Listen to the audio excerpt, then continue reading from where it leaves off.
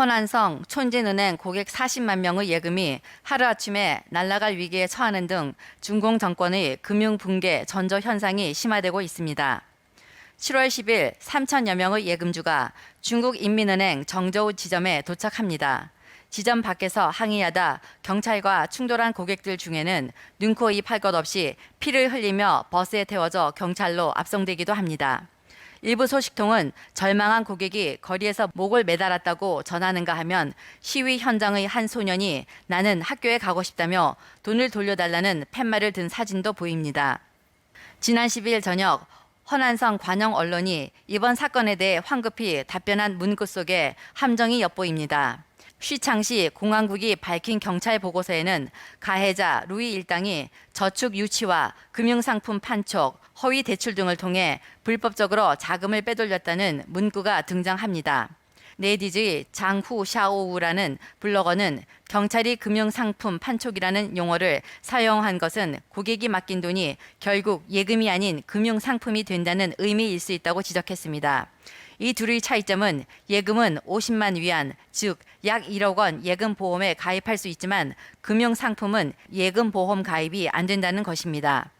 예금보험 규정에 따르면 예금보험은 보상금이 제한돼 있어 예치금 50만 위안 미만은 전액 보상받지만 예치금 50만 위안 이상은 50만 위안까지만 보상받을 수 있을 뿐 나머지는 보상받지 못합니다. 재테크 상품은 원금 손실이나 환매 위기 때도 보상이 안 됩니다.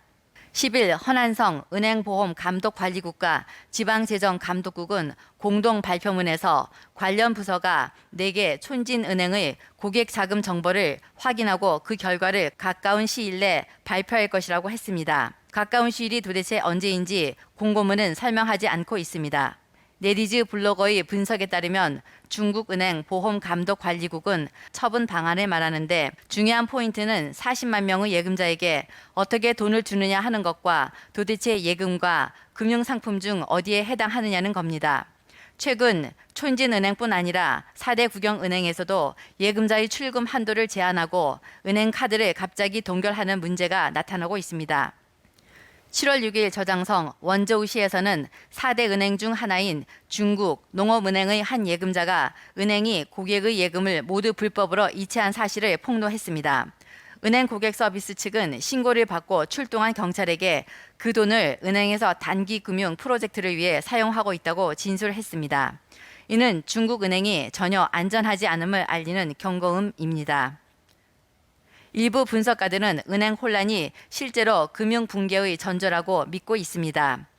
허난성 촌진은행 예금자들의 항의는 지난 10년간 중국에서 발생한 최대 규모의 시위입니다.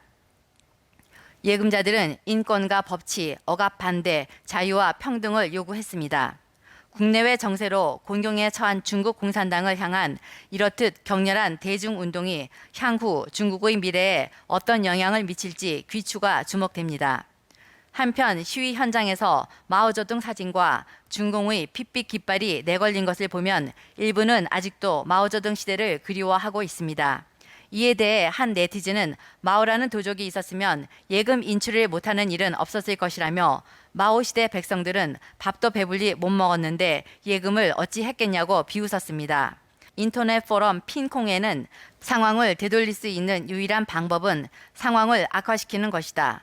그들은 당신이 거리 행진을 시작하는 경우에만 당신과 협상을 시작할 것이다.